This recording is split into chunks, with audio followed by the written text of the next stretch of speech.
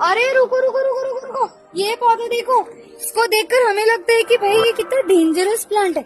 ये पौधा आपको हर जगह दिखाई देगा। तो welcome to the series 100 days and 100 secrets of Ayurveda, जिसमें हम देखने वाले हैं हमारी तीसरी वनस्पति, जिसका नाम है अर्क। ये पौधा देखकर हमें ऐसा लगता है कि ये सबसे डेंजरस प्लांट है, लेकिन उतने ज्यादा ही इसके मेडिसिनल यूजेस भी है। इसको रुई बोलते हैं और उसके अलावा कई जगह पर हम देखते हैं कि इसको मंदार या फिर आग भी कहा जाता है।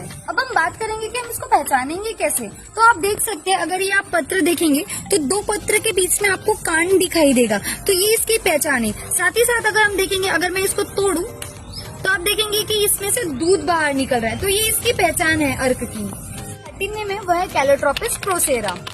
अब इसको हम अर्क क्यों कहते हैं? क्योंकि ये सूर्य की तरह बहुत तीक्ष्ण होते हैं, इसलिए हम इसको बोलते हैं अर्क। और अर्क के फूल के आधार पर हम देखेंगे कि इसका दो प्रकार होता है, एक होता है श्वेत और एक होता है कृष्ण। जब हम बात करते हैं इसके यूजेस की, शरीर पर अगर कहीं पर सूज है, वेदना है, तो हमें सबसे पहले क्या करना है? सबसे पहले हम इसका पत्ता तोड़ेंगे और इसमें से जो इसका दूध है, ये दूध आप पहले बाहर निकलने दीजिए। उसके बाद साफ पानी से इसको धो लीजिए। धोने के बाद इसमें तीर का तेल या फिर एरंडा का तेल लगा लीजिए और उसके बाद तवे पर इसको सेक दीजिए। अगर शरीर के जो भी अंग में वेदना है, उस पार्ट पर हमें इसको लगाकर बांध देना है। उसके बाद 2 से 4 घंटे आप उसको वैसे ही रहने दीजिए। बस, जिसको हम अस्थमा भी कहते हैं, तो अस्थमा में इसके फूल का बहुत ज्यादा उपयोग है।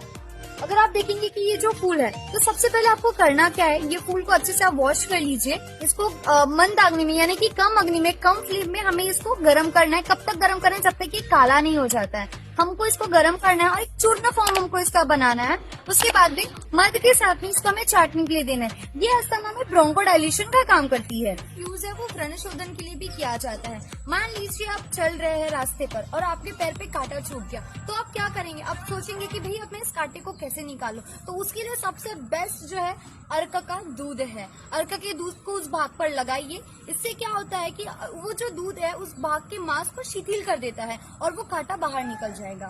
कास यानी कि होता है कफ। तो शरीर में अगर कफ जमा हो गया है, उसको बाहर निकालने का काम ये वनस्पति करती है। अर्क का चूर्ण को मध के साथ चाटने के लिए देते हैं, जिससे ये कफ को बाहर निकलती है। तो यूज के साथ साथ हमें एक प्रिकॉशंस लेना भी बहुत जरूरी है। जब भी आप इसके पत्ते को तोड़ते हैं, तो प्लीज ध्यान में रखिए कि इसका जो दूध है आपकी आंखों पर नहीं जाना चाहिए, क्योंकि ये आंखों के लिए बहुत हानिकारक होता है। सीक्रेट आयुर्वेदा अपने लिए और अपनों के लिए। मिलते हैं नेक्स्ट वीडियो में। Bye bye.